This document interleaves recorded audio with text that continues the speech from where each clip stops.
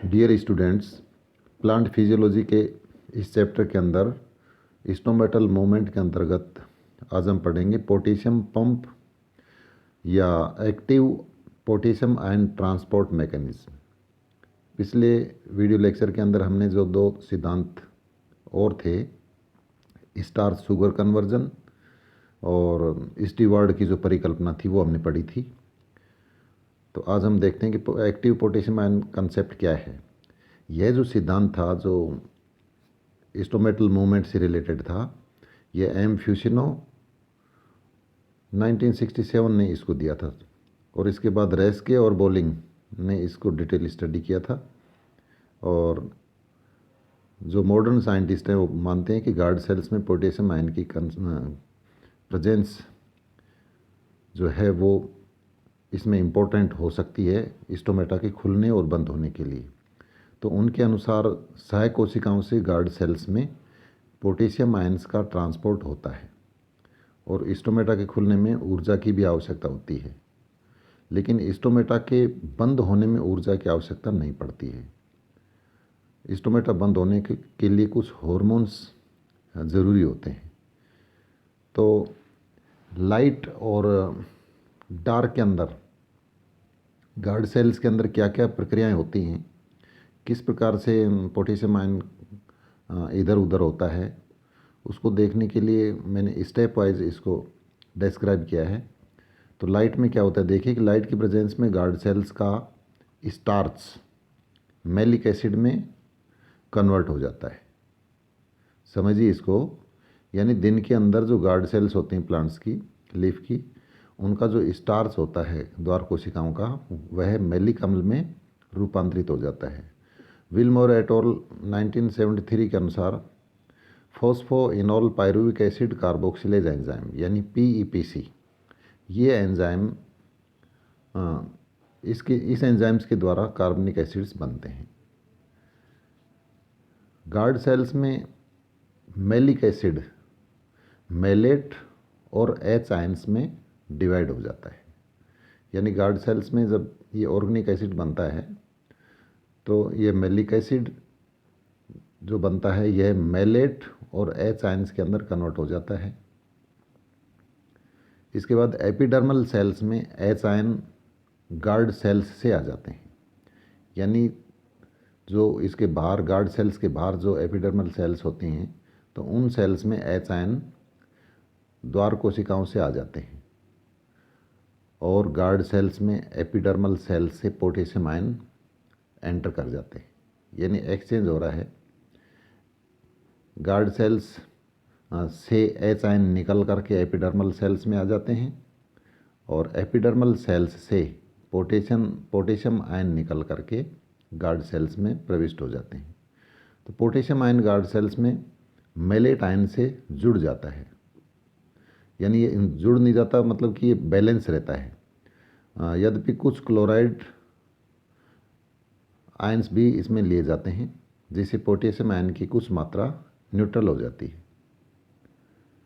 तो इस पॉइंट के अंदर फिर समझिए इसको, जो पोटेशियम आयन होते हैं वो मैलेट आयन्स से बैलेंस रहते हैं, क्योंकि मैलेट आयन्स नेगेटिव होते हैं। इसके अलावा कुछ क्लोराइड आयन्स भी इसमें रहते हैं, जिससे पोटेशियम आयन की कुछ मात्रा जो है वो न्यूट्रल हो जाती है।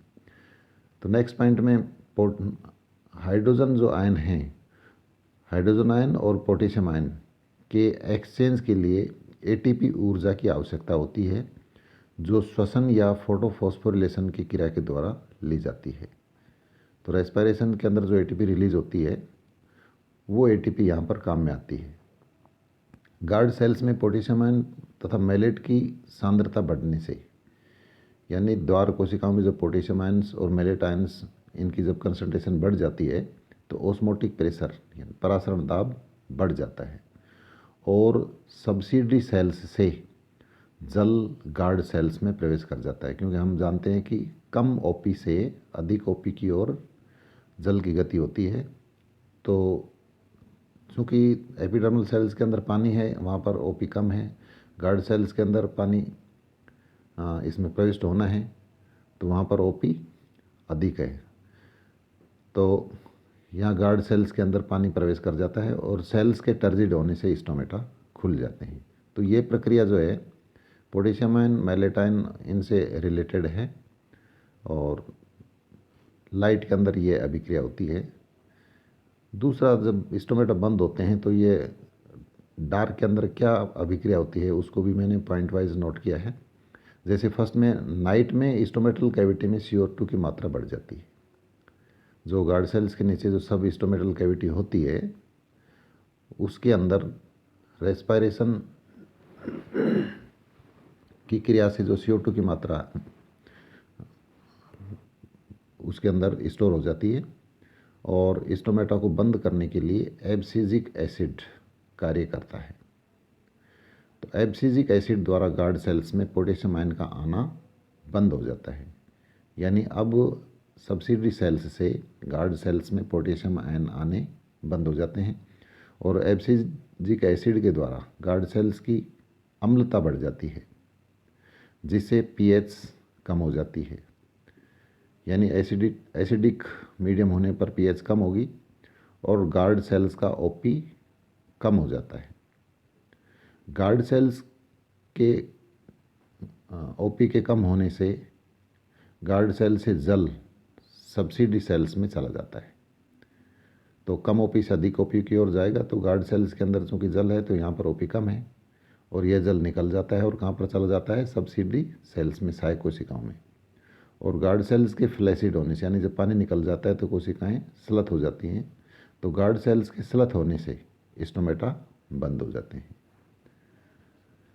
ये एक स्केच डायग्राम है जिसके अंदर जैसे फर्स्ट डायग्राम है, यहाँ पर स्टोमेटा बंद है। तो अभी खुले कैसे, राइट हैंड में स्टोमेटा खुले हैं, यानी पोटेशियम आयन इन हो गया, अंदर हो गया, इसके साथ में पानी भी अंदर चला गया। ये लाइट में हुआ है और डार्क के अंदर पोटेशियम आयन यहाँ से बाहर निकल गए और इसके साथ ही पानी भी बाहर निकल गया जिससे स्टोमेटा बंद हो गए। तो लेफ्ट में जो डायग्राम है ये क्लोज स्टोमेटा का है और राइट में जो डायग्राम है ये ओपन स्टोमेटा का है। अब इसमें एक पॉइंट है कि कौन कौन से ऐसे फैक्टर हैं जो कि पर्णरंध्रीय गति को प्रभावित करते हैं। Factors affecting stomatal movement. पहला जो फैक्टर है वह है लाइट। तो अधिकांश प्लांट के स्टोमेटा लाइट में ही खुलते हैं और डार्क में यानी अंधकार में बंद होते हैं। लाइट स्पेक्ट्रम के लाल व नीले जो प्रकाश हैं वो फोटोसिंथेसिस के लिए ही उपयुक्त रहते हैं और ये ही जो वर्णक्रम हैं वो स्टोमेटा का खुलने के लिए उपयुक्त होते हैं। तो लाइट इसमें एक इम्पोर्टेंट फैक्टर है।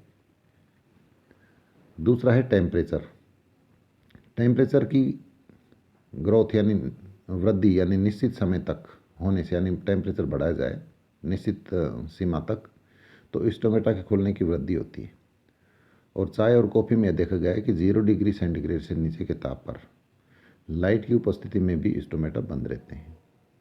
जैसे टेम्परेचर बढ़ाया जाता है स्टोमेटा खुलने लग जाते हैं, लेकिन एक निश्चित सीमा से अधिक टेम्परेचर होने से स्टोमेटा बंद हो जाते हैं। तो टेम्परेचर भी एक इम्पोर्टेंट फैक्टर है।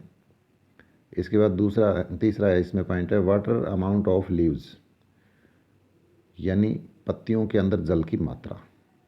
तो जब ट्रांसपायरेशन की दर अवशोषण की दर से अधिक हो जाती है तो पौधों में पानी की कमी की पोजीशन आ जाती है और इस अवस्था को इंसिपिएंट विल्टिंग स्टेज कहा जाता है, यानी प्रारंभिक मुरझान अवस्था कहा जाता है। और प्लांट में इसे वाटर डेफिसिट से जल की जब कमी हो जाती है तो गार्ड सेल्स तथा मेसोफिल सेल्स के बीच DPD बढ़ जाती है और गार्ड सेल से पानी सहायक कोशिकाओं में आ जाता है और स्टोमेटा बंद हो जाते हैं। चौथा फैक्टर है वायुमंडलीय आर्द्रता यानी एटमॉस्फेरिक ह्यूमिडिटी। तो ह्यूमिडिटी की स्थिति में